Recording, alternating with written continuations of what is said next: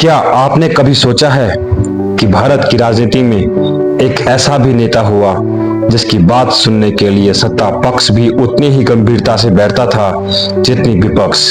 एक ऐसा प्रधानमंत्री जिसकी आलोचना करने वाले भी उसके व्यक्तित्व का सम्मान करते थे।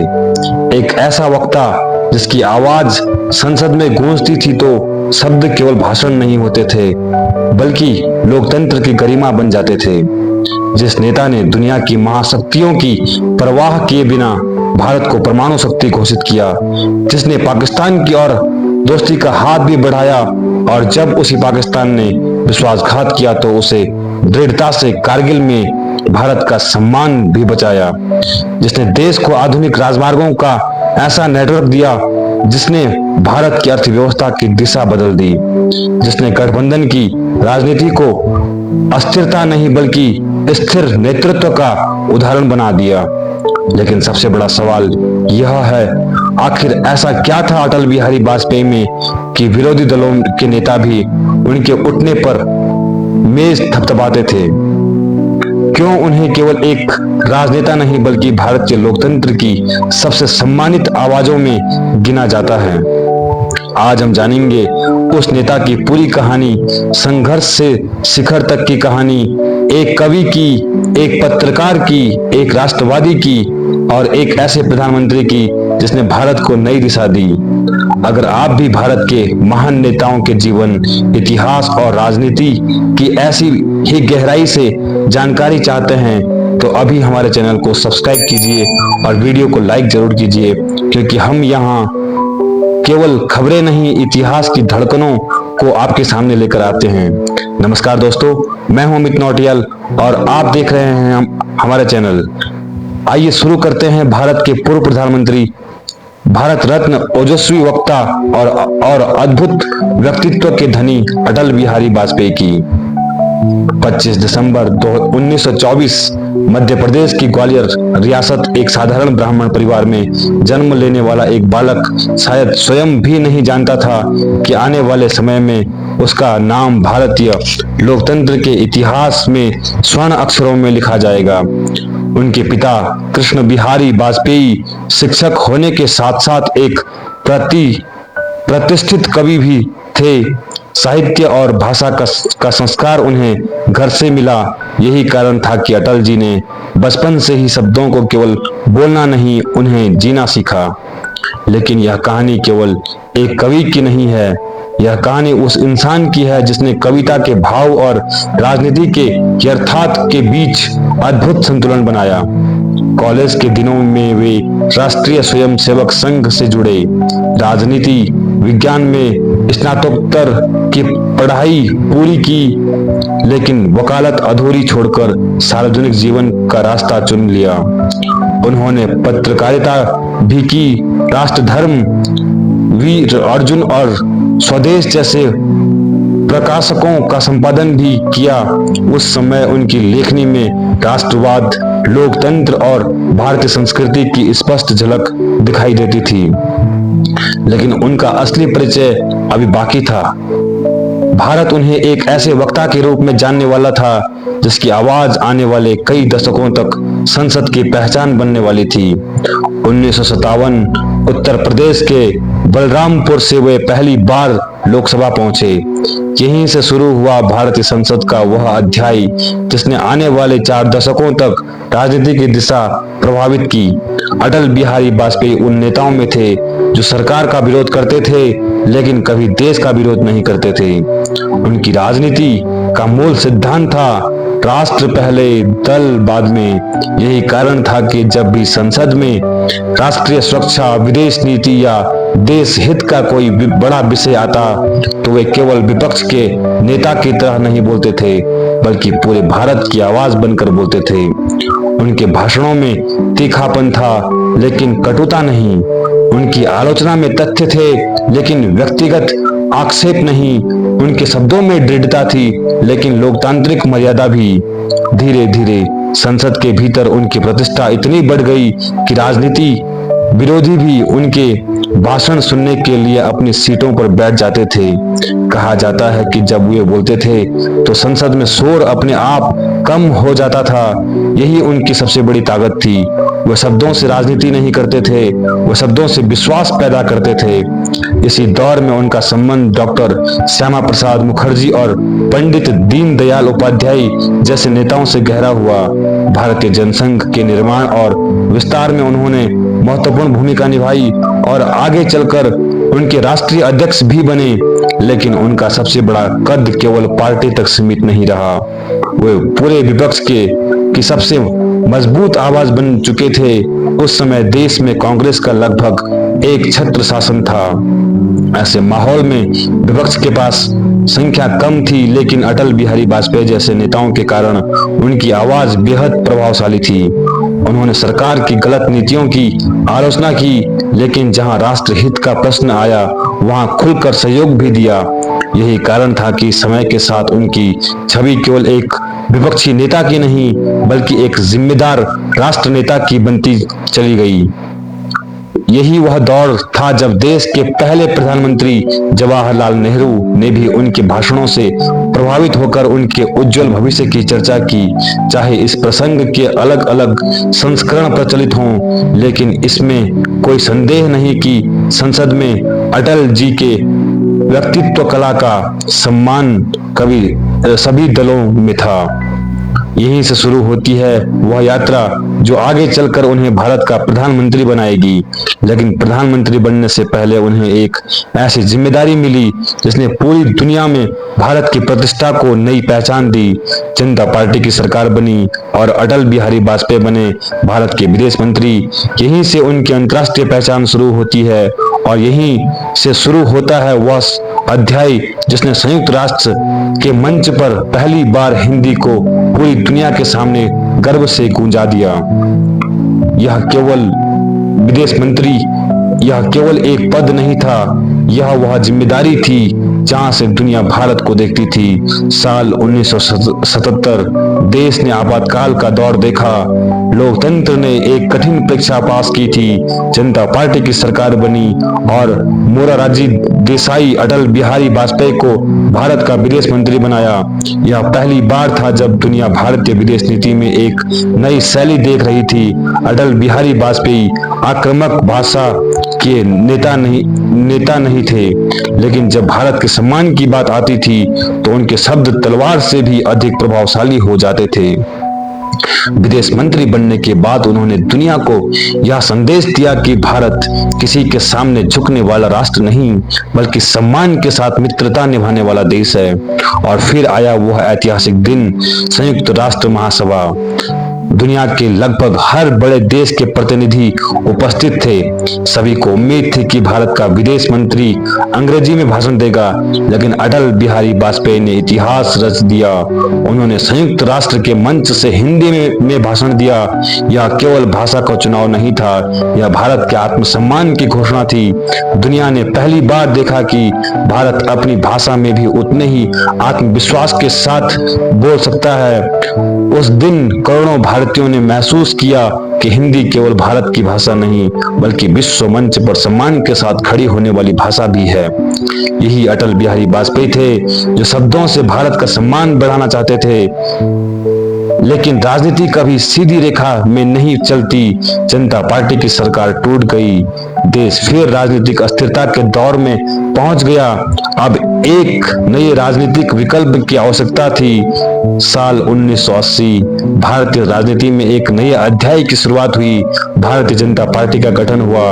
अटल बिहारी वाजपेयी, लाल कृष्ण आडवाणी, भैरव सिंह शेखावत और अनेक नेताओं ने मिलकर इस नए राजनीतिक दल को खड़ा किया। अटल जी इसके पहले राष्ट्रीय अध्यक्ष बने। उस समय शायद ही किसी ने सोचा होगा कि यही पार्टी आने वाले वर्षों में भारत की सबसे बड़ी राजनीतिक शक्ति बनेगी, लेकिन शुरुआत आसान नहीं थी। 1984 का लोकसभा चुनाव, इंदिरा गांधी की हत्या के बाद सहानुभूति की लहर चली। भाजपा को पूरे देश में केवल 2 सीटें मिली। कल्पना कीजिए, आज जिस पार्टी के सैकड़ों सांसद हैं वह कभी केवल 2 सीटों तक सिमट गई थी। ऐसे समय में बहुत से नेता हार मान लेते हैं, लेकिन अटल बिहारी वाजपेयी ने नहीं। उन्होंने अपने कार्यकर्ताओं से कहा, अंधेरा छटेगा, सूरज निकलेगा और कमल खिलेगा। यह केवल एक नारा नहीं था, यह विश्वास था। यही विश्वास आने वाले वर्षों में सच साबित हुआ। 1990 के दशक में भारतीय राजनीति पूरी तरह बदलने लगी। कांग्रेस का पूर्ण बहुमत अब इतिहास बनता जा रहा था। गठबंधन सरकारों का दौर शुरू हो चुका था। इस दौर में एक ऐसे नेता की जरूरत थी जो अलग अलग विचारधाराओं वाले दलों के साथ लेकर चल सके। अटल बिहारी वाजपेयी में यह क्षमता थी। उनका व्यक्तित्व ऐसा था कि उनकी राजनीतिक विरोधी भी उन पर व्यक्तिगत भरोसा करते थे। वे बहस करते थे लेकिन संबंध नहीं तोड़ते थे। वे आलोचना करते थे लेकिन अपमान नहीं करते थे। इसलिए समाजवादी दलों से लेकर क्षेत्रीय दलों तक कई नेता उनसे असहमत होने के बावजूद उनका सम्मान करते थे। यही सम्मान आगे चलकर उनकी सबसे बड़ी राजनीतिक ताकत बना। फिर आया 1996 का लोकसभा चुनाव। भाजपा सबसे बड़ी पार्टी बनकर उभरी। राष्ट्रपति ने अटल बिहारी वाजपेयी को सरकार बनाने के लिए आमंत्रित किया। 16 मई 1996 उन्होंने पहली बार भारत के प्रधानमंत्री पद की शपथ ली। पूरा देश उत्साहित था, लेकिन संसद में बहुमत उनके पास नहीं था। 13 दिन तक उन्होंने सरकार चलाई। फिर वह ऐतिहासिक दिन आया जब उन्हें लोकसभा में विश्वास मत का सामना करना था। वे चाहते तो सत्ता बचाने के लिए जोड़ तोड़ की राजनीति कर सकते थे, लेकिन उन्होंने ऐसा नहीं किया। उन्होंने संसद में अपना ऐतिहासिक भाषण दिया। उन्होंने कहा, सत्ता का खेल तो चलता रहेगा, सरकारें आएंगी जाएंगी, पार्टियां बनेंगी बिगड़ेंगी, मगर यह देश रहना चाहिए, इस देश का लोकतंत्र अमर रहना चाहिए। इन शब्दों ने भारतीय लोकतंत्र के इतिहास में एक अमिट स्थान बना लिया। विश्वास मत हारने के बाद उन्होंने बिना किसी विवाद के इस्तीफा दे दिया।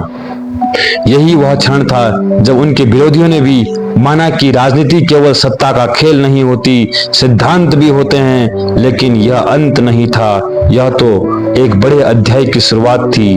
देश लगातार राजनीतिक अस्थिरता से गुजर रहा था।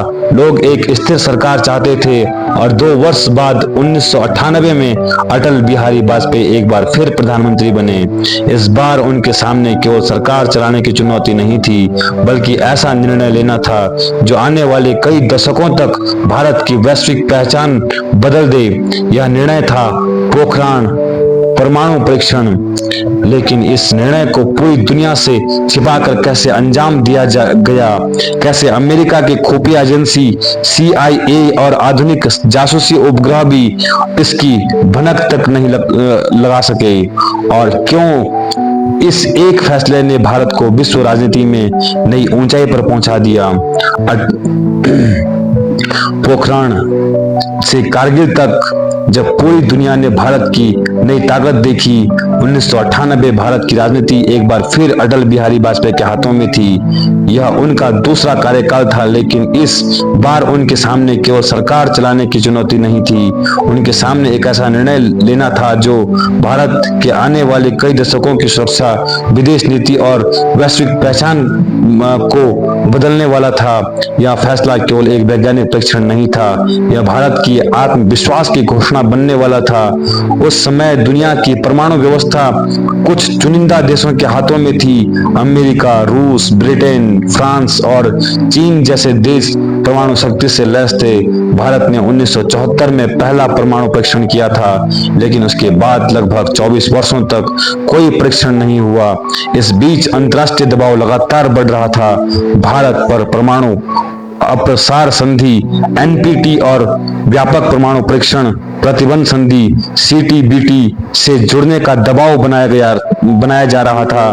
भारत का मत स्पष्ट था, जब तक परमाणु शक्तियां स्वयं सम्मान नियम नहीं अपनाती, तब तक भारत अपनी सुरक्षा से समझौता नहीं करेगा। प्रधानमंत्री बनने के कुछ ही समय बाद अटल बिहारी वाजपेयी ने देश के शीर्ष वैज्ञानिकों और सुरक्षा विशेषज्ञों के साथ लगातार बैठकें शुरू की।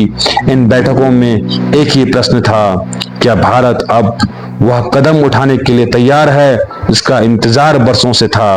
उत्तर मिला हाँ, लेकिन चुनौती केवल परीक्षण करने की नहीं थी, चुनौती थी इसे पूरी दुनिया की निगाहों में छिपाकर करना। उस समय अमेरिकी खुफिया एजेंसी CIA और आधुनिक जासूसी उपग्रह लगातार राजस्थान के पोखरण क्षेत्र पर नजर रखे हुए थे। 1995 में भारत का एक प्रयास ऐसी निगरानी के कारण आगे नहीं बढ़ पाया था। इस बार गलती की कोई गुंजाइश नहीं थी। वैज्ञानिकों की आवाजाही सीमित कर दी गई। कई वैज्ञानिक सामान्य कपड़ों में नहीं बल्कि सेना के अधिकारियों जैसी वर्दी पहनकर पहुंचते थे। काम अधिकतर रातों के अंधेरों में हुआ। दिन में गतिविधियां लगभग रोक दी जाती थी ताकि उपग्रहों को कोई असामान्य हलचल दिखाई न दे। रेत के टीलों को इस तरह व्यवस्थित किया गया कि खुदाई के निशान भी आसानी से न दिखें। देश के अधिकांश मंत्रियों तक को इसकी पूरी जानकारी नहीं थी। यह गोपनीयता केवल एक सैन्य रणनीति नहीं थी, यह भारत के इतिहास का सबसे संवेदनशील राष्ट्रीय मिशन बन चुका था। फिर आया 11 मई 1998। राजस्थान का पोखरण भारत के नीचे कुछ ही क्षणों में वह होने वाला था जिसकी गूंज पूरी दुनिया सुनने वाली थी। कुछ ही पलों बाद धरती कांपी, इतिहास बदल गया। भारत ने एक साथ 3 सफल परमाणु परीक्षण किए। 2 दिन बाद 13 मई 1998 को 2 और परीक्षण हुए। इन 5 परीक्षणों के साथ भारत ने दुनिया को स्पष्ट संदेश दिया, भारत अपनी सुरक्षा किसी और की कृपा पर नहीं छोड़ेगा। जब यह समाचार पूरी दुनिया में पहुंचा तो अंतर्राष्ट्रीय राजनीति में हलचल मच गई। अमेरिका ने आर्थिक प्रतिबंध लगाए, जापान सहित कई देशों ने आर्थिक सहायता पर रोक लगाने की घोषणा की। पश्चिमी देशों ने कड़ी प्रतिक्रिया दी। अंतर्राष्ट्रीय मीडिया भारत के इस निर्णय पर लगातार चर्चा करने लगा। कई विशेषज्ञों ने भविष्यवाणी की कि भारत की अर्थव्यवस्था टूट जाएगी, लेकिन अटल बिहारी वाजपेयी ने राष्ट्र के नाम संदेश में स्पष्ट किया, भारत किसी को धमकाने के लिए परमाणु शक्ति नहीं बना है। यह हमारी सुरक्षा और आत्मरक्षा की आवश्यकता है। भारत शांति का पक्षधर है, लेकिन अपनी संप्रभुता की रक्षा करने में सक्षम भी है। यही वह संतुलन था जिसने दुनिया को भारत की नई सोच से परिचित कराया। दृढ़ता भी और जिम्मेदारी भी। प्रतिबंध लगे लेकिन भारत झुका नहीं। सरकार ने आर्थिक अनुशासन बनाए रखा। देश ने कठिनाइयों का सामना किया लेकिन आत्मविश्वास नहीं खोया। धीरे धीरे वही देश जिन्होंने भारत की आलोचना की थी, भारत के साथ संवाद की नई शुरुआत करने लगे। पोखरण ने केवल भारत को परमाणु शक्ति नहीं बनाया, उसने विश्व राजनीति में भारत की आवाज का वजन भी बढ़ा दिया। लेकिन अटल बिहारी वाजपेयी केवल शक्ति की राजनीति में विश्वास नहीं करते थे। उनका मानना था कि मजबूत राष्ट्र ही सच्ची शांति की पहल कर सकता है। इसी सोच के साथ उन्होंने एक ऐसा कदम उठाया जिसने पूरे दक्षिण एशिया का ध्यान अपनी ओर खींच लिया। उन्होंने पाकिस्तान की ओर दोस्ती का हाथ बढ़ाया।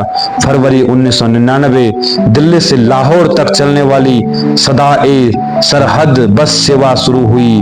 यह केवल एक बस नहीं थी, यह उम्मीद का पहिया था। प्रधानमंत्री अटल बिहारी वाजपेयी स्वयं बस में बैठकर लाहौर पहुंचे। दुनिया ने पहली बार देखा कि जिसने कुछ ही महीने पहले परमाणु परीक्षण करके अपनी ताकत दिखाई थी, वही नेता अब शांति का संदेश लेकर पड़ोसी देश की ओर धरती पर कदम रख रहा है। लाहौर में उनका स्वागत हुआ। पाकिस्तान के प्रधानमंत्री नवाज शरीफ से उनकी मुलाकात हुई। दोनों देशों ने लाहौर घोषणा पर हस्ताक्षर किए।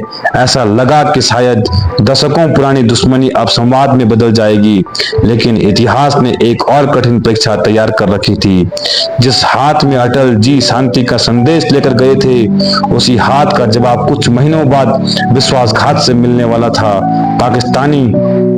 पाकिस्तान की सेना के कुछ शीर्ष अधिकारियों ने नियंत्रण रेखा के पार घुसपैठ की योजना बनाई। भारत को इसकी जानकारी तब मिली जब कारगिल की ऊंची चोटियों पर दुश्मन ने कब्जा जमाना शुरू कर दिया। अब भारत के सामने केवल सीमा का प्रश्न नहीं था, यह उनके सम्मान की लड़ाई बनने वाली थी। और इस बार अटल बिहारी वाजपेयी को इतिहास का सबसे कठिन निर्णय लेना था।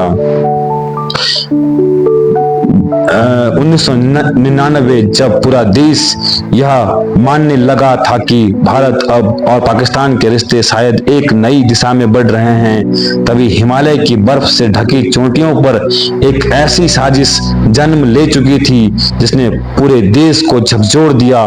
पाकिस्तानी सेना के कुछ अधिकारियों की योजना के तहत नियमित सैनिकों और घुसपैठियों ने कारगिल, द्रास, बटालिक और आसपास की कई ऊंची चोटियों पर गुप्त रूप से कब्जा करना शुरू कर दिया। शुरुआत में उन्हें आतंकवादी बताने की कोशिश की गई, लेकिन जल्द ही स्पष्ट हो गया कि यह केवल घुसपैठ नहीं थी, यह पाकिस्तानी की सेना द्वारा सुनियोजित सैन्य कार्रवाई थी।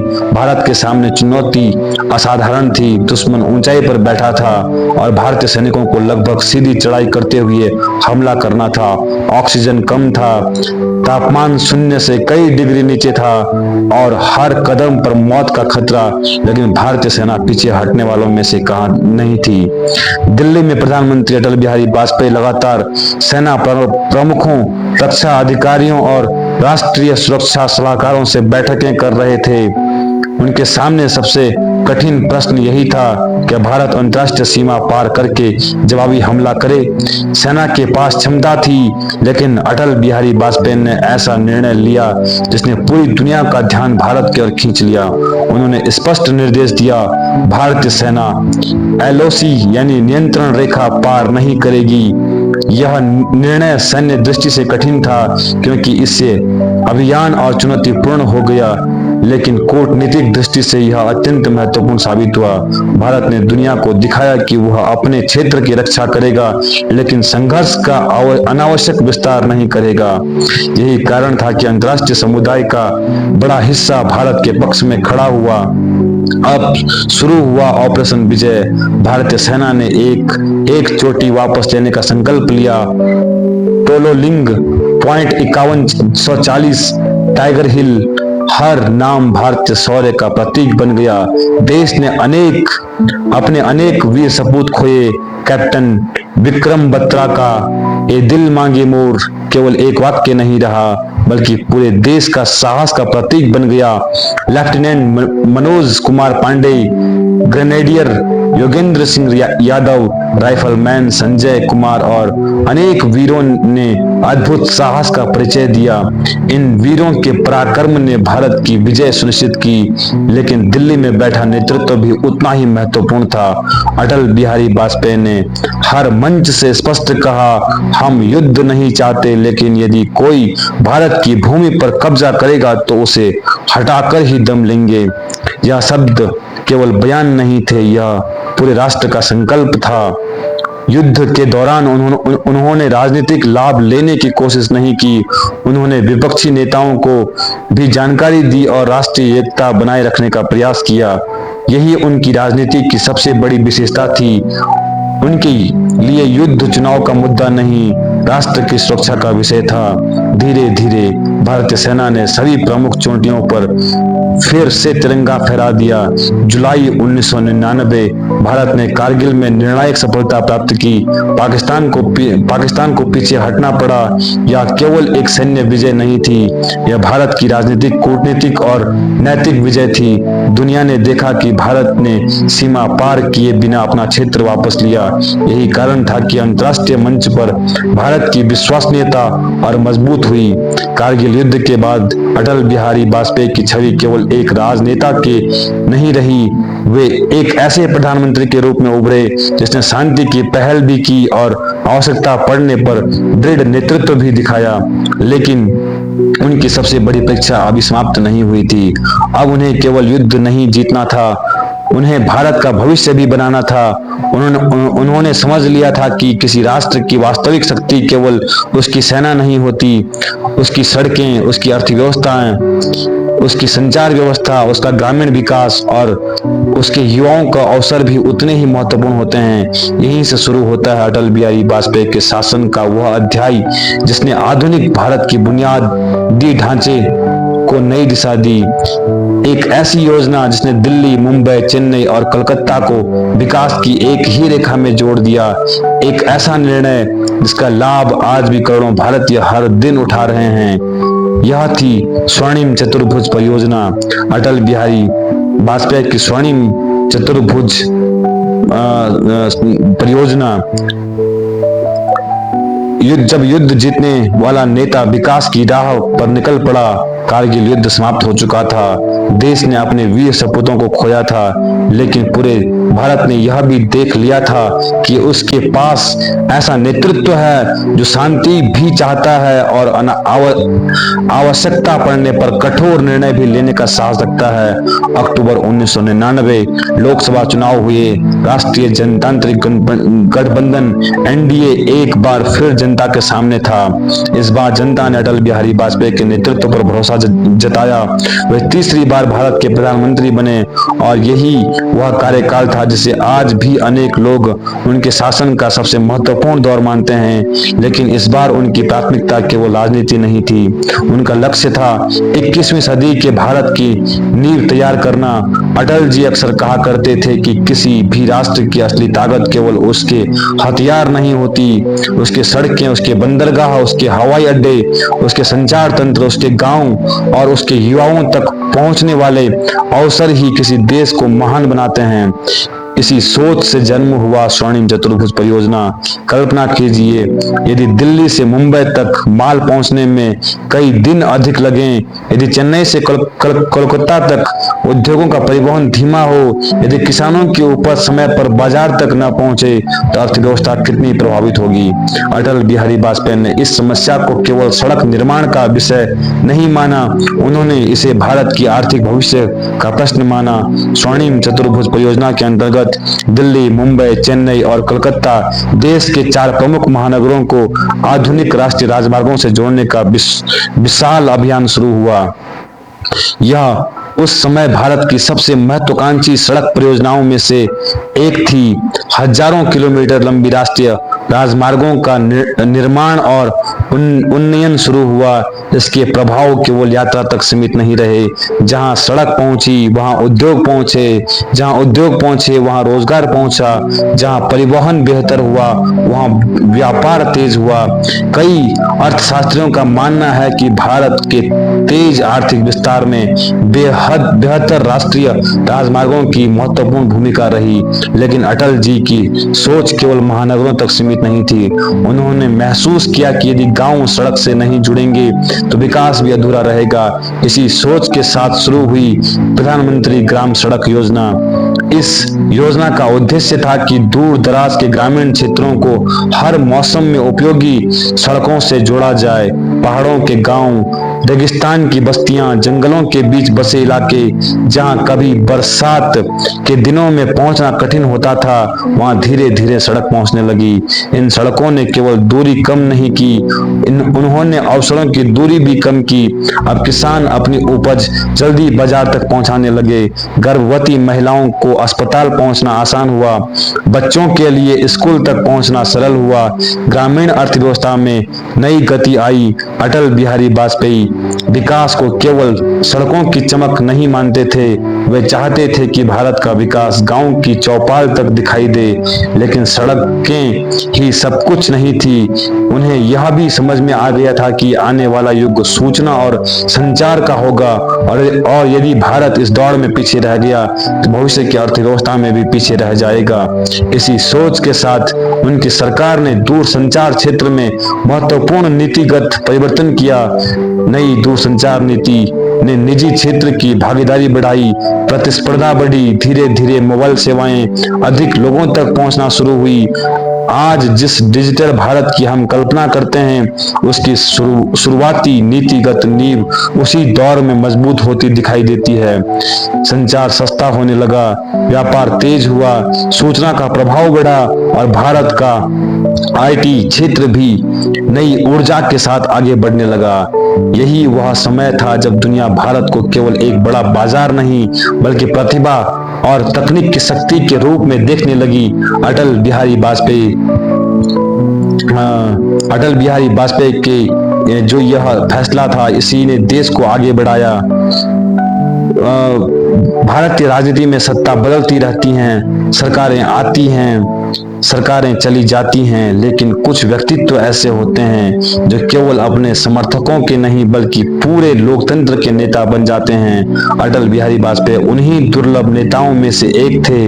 उनकी सबसे बड़ी ताकत केवल चुनाव जीतना नहीं थी, उनकी सबसे बड़ी ताकत थी विश्वास जीतना। आज के दौर में जब राजनीति अक्सर कटुता और आरोप प्रत्यारोप से जुड़ी दिखाई देती है, तब अटल जी का संसदीय जीवन लोकतांत्रिक मर्यादा का उदाहरण माना जाता है। वो विपक्ष में थे तो सरकार से तीखे प्रश्न पूछते थे, लेकिन जब बात भारत की सुरक्षा, विदेश नीति या राष्ट्रीय हित की होती थी तो दलगत राजनीति पीछे छूट जाती थी। उनके भाषणों में व्यंग होता था लेकिन अपमान नहीं, आलोचना होती थी लेकिन कटुता नहीं। इसी कारण उनके राजनीतिक विरोधी भी उन्हें ध्यान से सुनते थे। उनका एक भाषण समाप्त होता था तो सत्ता पक्ष और विपक्ष दोनों ओर से मेजें थपथपाई जाती थी। यही कारण था कि उन्हें केवल भारतीय जनता पार्टी का नेता नहीं बल्कि भारतीय संसद की गरिमा का प्रतीक माना गया। गठबंधन की राजनीति का नया अध्याय जब उन्होंने प्रधानमंत्री पद संभाला तो उनकी सरकार एक दल की नहीं थी। राष्ट्रीय जनतांत्रिक गठबंधन में अनेक क्षेत्रीय दल शामिल थे, विचार अलग थे, क्षेत्र अलग थे, प्राथमिकताएं अलग थी। फिर भी अटल बिहारी वाजपेयी ने संवाद, धैर्य और विश्वास के सहारे इस गठबंधन को पूरा कार्यकाल चलाया। वह भारतीय राजनीति में एक महत्वपूर्ण उपलब्धि थी। उन्होंने यह दिखाया कि गठबंधन केवल मजबूरी नहीं, यदि नेतृत्व संतुलित हो तो वह स्थिर शासन का आधार भी बन सकता है। कवि जिसकी राजनीति में संवेदना थी, बहुत कम लोग ऐसे होते हैं जिनकी पहचान एक साथ प्रधानमंत्री, विदेश मंत्री, सांसद, पत्रकार, कवि और ओजस्वी वक्ता के रूप में हो। अटल जी उनमें से एक थे। उनकी कविताओं में संघर्ष था, आशा थी, राष्ट्र प्रेम था और सबसे बढ़कर हार न मानने का संदेश। वे कहते थे, हार नहीं मानूंगा, रार नहीं ठानूंगा, काल की कपाल पर लिखता मिटता हूँ, गीत नया गाता हूँ। शायद यही पंक्तियां उनके जीवन का सबसे सटीक परिचय भी है। भारत रत्न और अंतिम वर्ष 2015 में भारत सरकार ने उन्हें देश के सर्वोच्च नागरिक सम्मान भारत रत्न से सम्मानित किया। यह सम्मान केवल एक व्यक्ति का नहीं था, यह उस राजनीति का सम्मान था जिसमें संवाद था, संवेदनशीलता थी और राष्ट्र सर्वोपरि था। स्वास्थ्य कारणों से वे सक्रिय राजनीति से दूर हो गए। नई दिल्ली स्थित अपने आवास पर वे सार्वजनिक जीवन से लगभग अलग रहने लगे। 16 अगस्त 2018 जब उनके निधन का समाचार आया तो केवल एक राजनीतिक दल नहीं, पूरा देश शोक में डूब गया। संसद से लेकर गांव की चौपाल तक हर जगह एक ही भावना थी, भारत ने अपना एक महान जननेता खो दिया। अटल बिहारी वाजपेयी का मूल्यांकन केवल इस आधार पर नहीं किया जा सकता कि उन्होंने कितने चुनाव जीते, उनकी विरासत इससे कहीं बड़ी है। उन्होंने दिखाया कि लोकतंत्र में असहमति हो सकती है लेकिन शत्रुता आवश्यक नहीं। उन्होंने सिद्ध किया कि दृढ़ नेतृत्व और संवाद साथ साथ चल सकते हैं। उन्होंने भारत को परमाणु शक्ति के रूप में आत्मविश्वास दिया, कारगिल के समय संयमित लेकर निर्णायक नेतृत्व किया, स्वर्णिम चतुर्भुज और ग्रामीण सड़कों जैसी परियोजनाओं से आधारभूत ढांचे को गति दी, दूर संचार और आर्थिक सुधारों से नए भारत की दिशा मजबूत की और सबसे बढ़कर उन्होंने राजनीति को भाषा, विचार और शालीनता का एक स्तर दिया। आज भी जब संसद में गरिमापूर्ण बहस की बात होती है, जब राष्ट्रीय हित के दलगत राजनीति से ऊपर रखने की बात होती है, तब ओजस्वी वक्ता की चर्चा होती है तो अटल बिहारी वाजपेयी का नाम स्वाभाविक रूप से सामने आता है। वे केवल भारत के पूर्व प्रधानमंत्री नहीं थे, वो भारतीय लोकतंत्र की ऐसी आवाज थे जिनकी गूंज आने वाली पीढ़ियां भी सुनेंगी। यदि आपको यह पूरी कहानी पसंद आई हो तो वीडियो को लाइक करें, अपने विचार कमेंट बॉक्स में जरूर लिखें और ऐसे ही इतिहास, राजनीति और भारत के महान व्यक्तियों पर गहराई से बनी जो डॉक्यूमेंट्री देखने के लिए हमारे चैनल को सब्सक्राइब करें। मैं हूं अमित नौटियाल, फिर मिलेंगे एक और ऐसे ही ऐतिहासिक सफर के साथ। तब तक के लिए जय हिंद, जय भारत।